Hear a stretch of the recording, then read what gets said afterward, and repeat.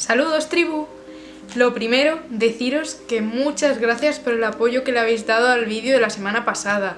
No sabéis en estos momentos cuando uno está empezando lo que ayudan comentarios como los que he recibido, así que muchas gracias. Y a los que sé que estáis interesados en las runas, que queréis aprender más sobre el tema, no os preocupéis. Pienso hacer más vídeos de runas, pero de momento vamos a dejarlo aparcado porque además necesito materiales que no tengo. Tengo que salir a buscarlos y ahora no puede ser.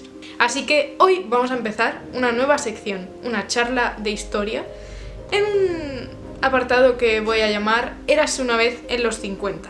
¿Por qué? Porque estaremos comentando este libro. Este libro es el libro con el que estudió mi abuela. Es un libro del año 54, la Enciclopedia Hernando para niñas, que tiene de todo. O sea, en estas páginas tenéis todo: geografía, matemáticas, religión, historia. Nosotros vamos a centrarnos en la historia, aunque la geografía tampoco tiene desperdicio. Quería haber empezado por el apartado de prehistoria, que es el primero, y además así seguir un orden cronológico, pero con esto de la cuarentena no puedo invitar al compañero que me gustaría que comentara ese apartado conmigo, así que voy a aprovechar las circunstancias y vamos a pasar al siguiente, a la protohistoria. Sin más, damos inicio a esta sección, Érase una vez en los 50.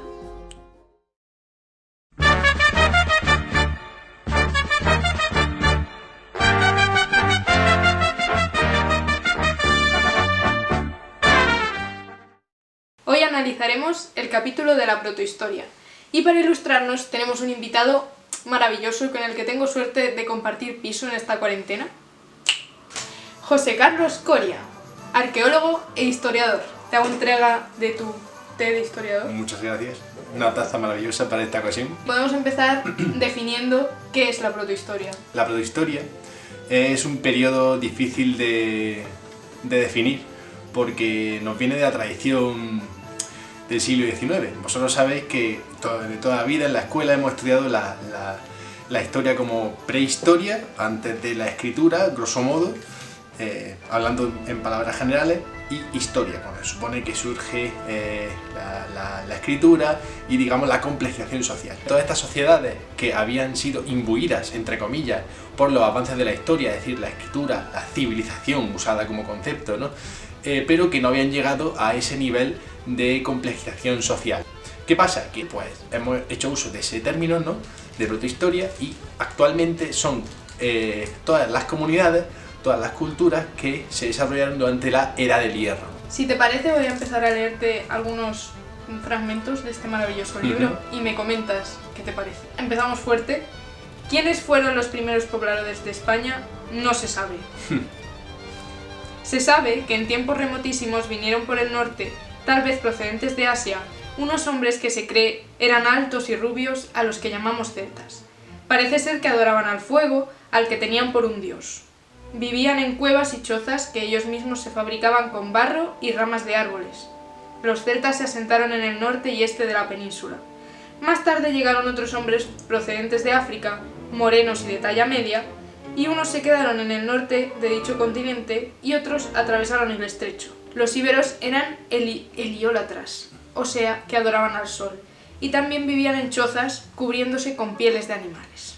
Obviamente, todo lo que ha estado diciendo hay que encuadrarlo dentro de la historiografía de ese momento, es decir, está claro que el libro es claramente franquista, que tiene una idea de exaltación de la identidad y unidad nacional, y por tanto todo lo que dice está encaminado a hacer sentir a los pequeños de esa época que formaban parte de una unidad. Aquí hay cosas muy interesantes como el concepto de celta, el concepto de ibérico y el concepto de celtibérico. Hay que ponernos en situación, y es que a mediados del año 50 Europa había salido hace nada de la Segunda Guerra Mundial. ¿Es correcto ver a estos pueblos como gente que vivía en chozas, que se cubría con pieles y básicamente denigrarlos, casi un estado salvaje, si se permite usar esa palabra? Evidentemente no.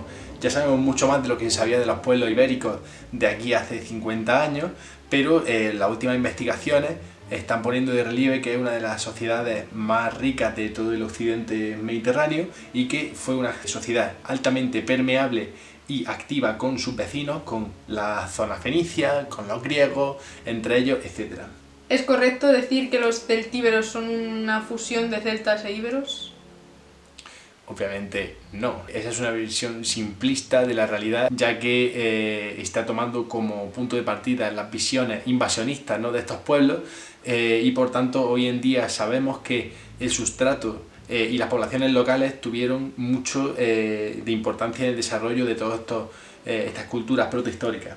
De aquellas antiguas épocas solo se han encontrado algunos huesos fosilizados, hachas de piedra, algunos monumentos megalíticos, grandes piedras hincadas en el suelo y pinturas en las paredes de algunas cavernas. Bueno, aquí ya no voy a decir mucho más porque, a ver, está mezclando, supongo que sería con una intención de hacer un resumen, ¿no?, de un poco de lo que había de todo, ¿no? Pero evidentemente... De las culturas protohistóricas se han hallado numerosos objetos metalúrgicos, cerámicos, incluso textiles o de cestería en casos muy concretos. Los megalitos ni siquiera pertenecen a estas poblaciones, son anteriores, simplemente los reutilizan. Efectivamente. Algún tiempo después llegaron los griegos, procedentes de Grecia, también al Mediterráneo. Menos mercaderes que los fenicios, pero más cultos, amaban el arte y algo de esto dejaron en los pueblos que fundaron.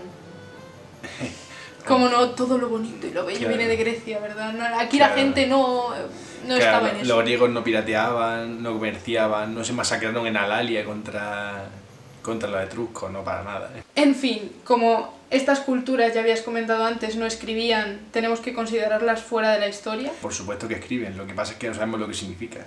Es decir, tenemos la escritura ibérica con sus dialectos que, a pesar de que no sepamos lo que significa, sabemos cómo suena. Todavía estamos a falta de algún hallazgo, algún tipo de tablilla, exvoto, etc., que nos informe sobre alguna suerte de traducción de estos documentos para poder traducir completamente todos esos documentos numismáticos que tenemos en nuestro museo. Necesitamos que alguien aprenda a traducir el ibérico, como Champollion hizo con los jeroglíficos. Bueno, pero Champollion tuvo la suerte de tener la piedra roseta.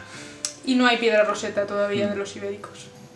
Bueno, vamos a hablar un poco de fenicios, también unos grandes desconocidos. Los fenicios eran mercaderes y marineros, y en uno de sus viajes llegaron a nuestras costas, allá por el siglo XI a.C.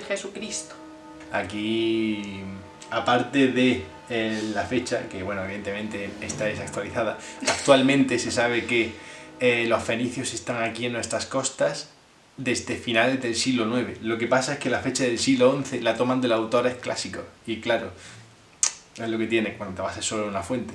Puestos en contacto con los celtíberos, vieron que estos tenían plata y otros metales que extraían de la tierra, aunque vivían en chozas.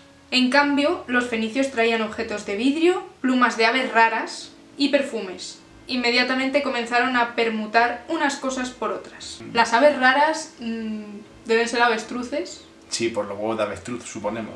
Lo realmente interesante aquí es ver la visión economicista también de la historia, es decir, los fenicios vienen aquí solo por metales. Obviamente la gran concentración de asentamientos fenicios en torno al Jarafe sevillano y lo que es las costas andaluzas nos indica que quieren acceder al interior a través de los ríos, a través del contacto fácil con las comunidades de interior. Por tanto, hay muchos más elementos en juego, como puede ser la comercialización de productos como las salazones, almendras, por ejemplo, también. Lo que quiero deciros es que, al fin y al cabo, tanto en este libro como en los que se están usando actualmente en educación primaria, secundaria, etc., hacen mucho hincapié en los tesoros, en la gran cantidad de metales que hay aquí en el sur de la península ibérica, pero ni por asomo es el único interés ni la única fuerza centrípeta que usan ambos circuitos culturales, tanto locales como fenicios, para hacer intercambios culturales y comerciales. Pero parece ser que es la única cosa que importa, ¿no?, dejar en las mentes de los pequeños. Es que a los arqueólogos siempre les ha gustado el oro. Seguro. Una frase importante. Los fenicios enseñaron a los celtíberos la agricultura, los riegos y el primer alfabeto. Es decir, que antes no araban ni cultivaban. Os ¿no? jodéis, neolíticos, porque aquí la agricultura no ha existido hasta el siglo IX. Efectivamente. Los cartagineses eran guerreros y audaces. manejaban diestramente las armas ofensivas y defensivas, y estaban en lucha contra los romanos.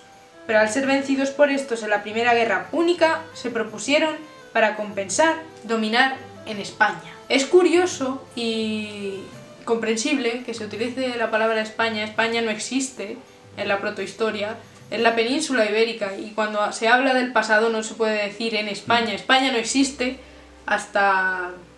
Ahí habría que discutir qué se considera España, ¿no? Pero oficialmente no se puede hablar de España hasta época moderna. Por tanto, aquí vemos una vez más que en este libro se está aprovechando la historia, utilizando la historia, pues algo que siempre se ha hecho y se hace, con fines nacionalistas. Es España, la gente de España, los pueblos que poblaron España, no había España. Actualmente los discursos que se están construyendo llevan enmascarados esas connotaciones, es decir, si ahora hemos cambiado la palabra España, ahora hablamos de Andalucía, de comunidades autónomas, unas personas de un pueblo, ¿de acuerdo? Las personas de una capital, de una ciudad, etc. Lógicamente quieren saber la historia de su ciudad y es bueno hacerlas sentir partícipes de su patrimonio, pero sin manipularlo de tal manera que lo usemos para adoctrinar y para construir una historia que sea falsa. Mira, una ilustración de cuando los íberos inventaron el saludo fascista. Vaya, la verdad es que es bastante curioso porque el famoso saludo fascista está inspirado en varias representaciones pictóricas, en cerámica ibérica, en varias representaciones antiguas. Y así es como, por utilizar la historia como un instrumento, culturas brillantes y maravillosas están relegadas casi a la barbarie. Fueron relegadas a minusvalorarlas, porque un gran fallo de la historia es siempre ver a ciertas culturas superiores a otras. La arqueología tiene el problema de eso, de que estamos trabajando con objetos, estamos trabajando con cultura material que nos cuesta inferir en todos los aspectos de la vida, muy al contrario que si tenemos, por ejemplo, textos o fuentes clásicas, como pasa con Roma. De hecho, la complejidad de la protohistoria de la península ibérica llega a unos niveles en el que las culturas materiales de distintas zonas no tienen nada que ver, incluso en el propio ámbito ibérico, celtibérico. Relacionado con esto, de hecho mi tesis se relaciona con la cerámica que hay en un poblado que no es ni celtíbero, ni ibérico, ni tradicionalmente celta. Pero por ejemplo, no sabemos si los propios bagceos, contestanos, se llamaban así, porque es un nombre que le da Roma para organizar todo ese territorio que, como he dicho antes, se encuentran una vez conquistan gran parte de la península en la Segunda Guerra Púnica. Como habéis podido ver, la historia se ha utilizado como una herramienta política en muchas ocasiones. Y hay que tener cuidado porque a veces se sigue haciendo. Se está haciendo actualmente de manera sistemática. Si queréis más comentarios acerca de este libro y otras charlas históricas, ya vendrán. Además, tengo a muchos amigos a los que quiero traer para que comenten diferentes épocas históricas. José Carlos, ha sido un placer. Gracias. Tenerte aquí. Y a vosotros os deseo una buena semana, mucho ánimo en vuestras casas y nos vemos la próxima, que os tengo preparada una receta de cocina que creo que os va a entretener mucho en esta cuarentena. Nos Hasta vemos. luego.